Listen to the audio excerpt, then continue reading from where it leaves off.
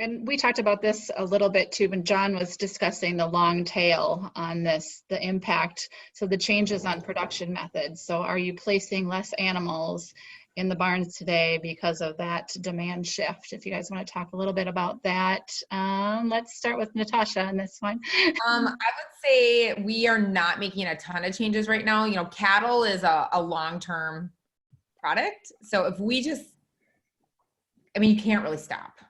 Like cows are having calves all the time. So, I mean, that's already in the works, as you can imagine. And I know that all of us are in that same boat. You plan 16 months ahead for a beef animal to be ready, you know, so you can't just stop everything right now and then we'll have a supply issue in 16 months. Right, so, right. Yeah, that beef is a long-term commodity. I mean, it takes a long time to get it to market. Milk, right now, I mean, we're just operating, cheese is a great product to be in because it's storable for long periods of time, especially cheddar. And there's a lot that people I think people are still buying cheese because they're making casseroles. I mean, what is a casserole without cheese? I don't know. Hot dishes, Natasha, hot dishes. I know. I'm just kidding. I'm not sure if I'm watching. So I'll use hot dish. I'll be the Minnesota. Just kidding. Cheese is like American favorite. And so when I was talking to Lucas Solstrom with Minnesota Milk, he said that sale of frozen pizza when like this hit and everyone was like, you're staying at home, it went up like 150%. And that is a lot of cheese, as you can imagine. So there's just been a lot of different, like interesting things that happen that do increase some things. But then, you know, there's only so much pizza that can be made in the world. It's like toilet paper. It's only so much toilet paper and how fast that rolls too. So yeah, I think, no, we're not making a lot of changes because you can't make a lot of changes. And I think a lot of us will be in the same boat on this panel, but for us, it's a long-term thing. I mean, dairy is the same. It's 2 years until they're a milk cow. So you can't just be done and wait for this to be over. Great. Jody, do you have anything to add? Are you changing any production methods at Christensen Farms? So, not because we want to. Right. So again, I'll go back to the packing plant disruptions and what's happening there, and slowing pigs down. So dietary changes would be absolutely one. Evaluating how many pigs we call stocking density and how many pigs we put in each barn. You can't go back and put pigs that have been growing together with other pigs after they've been in the same space for a period of time. Otherwise, it's like taking a couple of different rival schools and putting them together and watching the rivalry really take a physical form. So there is a lot of fighting and a lot of aggression that happens if you mix them after they have their pecking order established within the herd. And so as we're placing animals, we're starting to look at where can we and where is it appropriate to put more animals together in a pen. Again, just to give us as much time as we possibly can to allow the disruptions to work through on the processing side of things.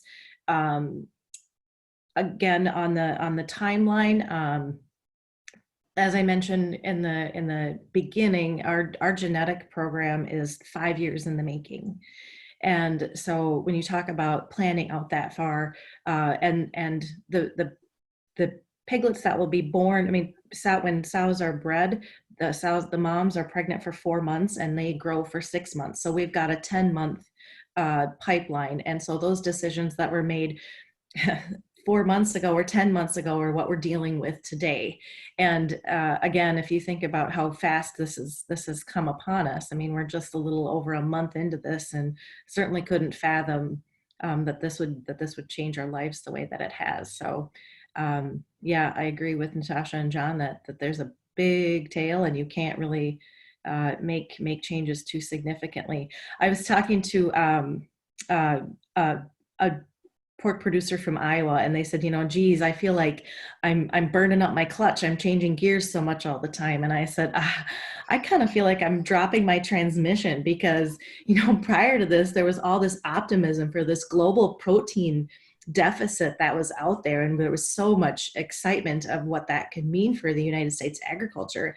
And now to have this, like, the dam has broken and we've got no way to transition it from prior to the plate to the plate, literally, and we're having to throw it in reverse. So that's my best equation, is going from 100 miles an hour and throwing it in reverse and leaving your transmission on the road. That is a perfect analogy, unfortunately. John, do you have anything to add to the production methods changes? Just a couple things. I mean, I agree with everything that's been said, and I think, you know, we aren't making any immediate changes, in large part because we feel stuck between the same two walls that we've kind of alluded to earlier. One is not knowing what the future is going to look like 5 or 6 months from now, and any decision we make today will take 5 or 6 months to have any impact. But also, like I mentioned, our poults, where it all begins, have been ordered for a long time, and so it's really hard for us to disrupt what's going to start out on the farm.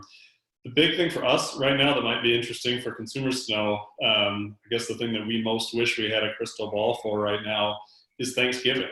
So in the world of turkey, and in our world, the year begins and ends with Thanksgiving. And the poults, the flocks that we start over the next month or two, are Thanksgiving birds. And we of course have the challenge in knowing what will Thanksgiving demand patterns look like, but we place flocks to achieve specific sizing. And this is something that's unique to turkeys. I don't think it's, I don't know, there's anything that's quite comparable in the world of pork or beef, where people don't go out and buy any old Thanksgiving turkey. They typically know they want a 14.5-pound turkey because that's what grandma's recipe calls for, or a 26-pound turkey.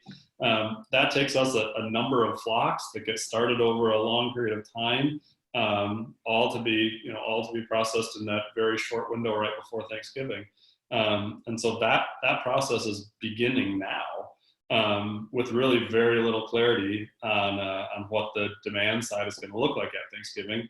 I don't have any market analysis to say that people are probably going to be buying smaller turkeys at Thanksgiving. I would imagine that we might be in a period of smaller gatherings, but it's, again, really hard to make that adjustment in April, when it won't have any impact until November. So it's a long way of saying we're not making changes, but we sure wish we knew if there were changes that we should be making right now to impact 6 months down the road. Right. That is a good way to put it. We sure wish we knew, but we don't. It's the world we live in, right? In so many different regards. Heather, can I maybe? Oh, go ahead. So I do want to talk about the depopulating or having to sacrifice pigs at some point, like Natasha addressed the dumping milk. Is that appropriate to do here, or would you prefer that I do that elsewhere? No, I think this is appropriate because it fits right on with the impact of long-term supply. And yep, go ahead. Okay. So there's more news coverage, I would say, of packing plants closing as we sit today. And please give me some grace on these numbers, because as you know, they change within minutes. But right now, the United States pork industry is down about 20% in the spaces that it has available to harvest the pigs and get them into the food supply. And so, as we talked earlier, it is about how to avoid those situations as much as possible. But I think there's a little bit of some chatter that's starting that's saying that pork producers are going to sacrifice their animals because they don't want to continue feeding them, or because they're going to continue to take an economic loss. And that's simply not the case. I mean, again, you can't imagine, I mean, the situation that people are in of having to choose of, I mean, you all spoke about keeping people healthy and keeping plant workers on the front lines healthy, so that, so people safety is number one, but then also keeping people fed and making sure that people have access to the food that they need, both in the groceries and in the food shelves, and here and around the world. And so it's not a matter of economics at that point. Because even to sacrifice an animal, there's cost in doing that. That's 100% loss. of everything that you have. And we're talking about the animals that you have your most money invested in, and all the feed and all the labor and all the veterinary care. It's not at all about the economics. It's physically there is no place to go with the animals, like we talked, whether it's local or whether it is in some of the large facilities. So COVID doesn't discriminate whether it's large farmers or small farmers, organic or niche. It's just it's affecting everyone in the chain, all sectors of agriculture and all production models. Well put. As you've heard from all of the panelists today, that the food sector is very agile and it's willing and able to evolve pretty quickly. It's done it in the past. It's harder in this situation because it was such an abrupt change, but the conversations that are taking place, and I have no doubt, I have all the faith in the system that it will continue to do so and provide the safe, healthy food supply to the American people. It's just a matter of getting through some of these hurdles to get there. And it's some of these unfortunate situations that Jody just explained that it's hard to talk about, it's hard to even think about, it's hard to even fathom, but it's reality. And I'm glad we discussed it. And I hope people can have a better understanding of these difficult decisions that are being made on a daily basis.